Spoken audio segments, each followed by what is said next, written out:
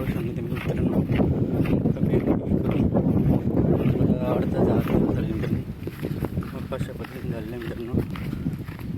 पण हवा खूप जास्त असल्यामुळे तर मका या खाली फुटून जात आहे मित्रांनो डायरेक्ट. तर हवा एवढी जबरदस्त झालेली मित्रांनो, तर आपण मका डायरेक्ट खाली जमिनीला टेकायला लागल्यापर्यंत मित्रांनो हवेच्या परिणामामुळे आपल्या पिकाचं नुकसान होत आहे मित्रांनो.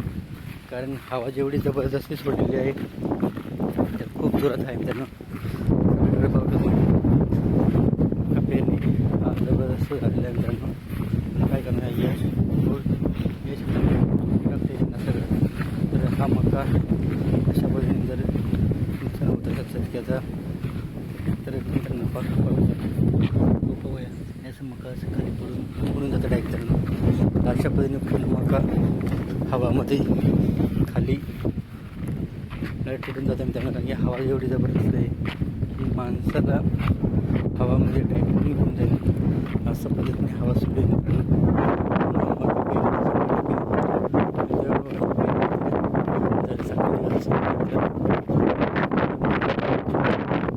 ही हवा एवढी सुटली गेल्या दिवसापासून पाऊस बंदच आहे मित्रांनो. त्यासाठी पिकांना खूप पाण्याची गरज आहे. पण असं कडक ऊन तापलेलं पाऊस होतं मित्रांनो.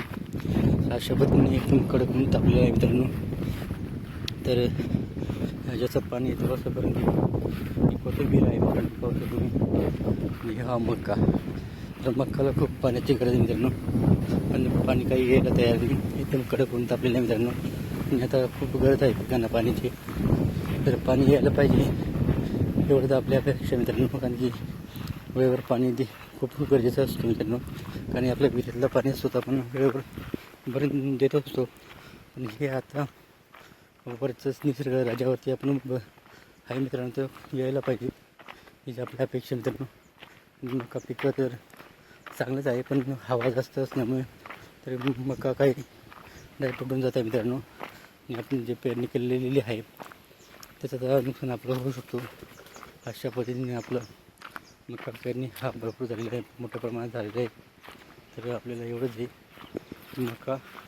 मका पेरणी केलेली आहे त्याला पाणी व्यवस्थित पाहिजे आणि हवा आहे ती हवामुळे आपली मका काही खाली डायरेक्ट म्हणजे खाली पडून जात आहे जमिनीला.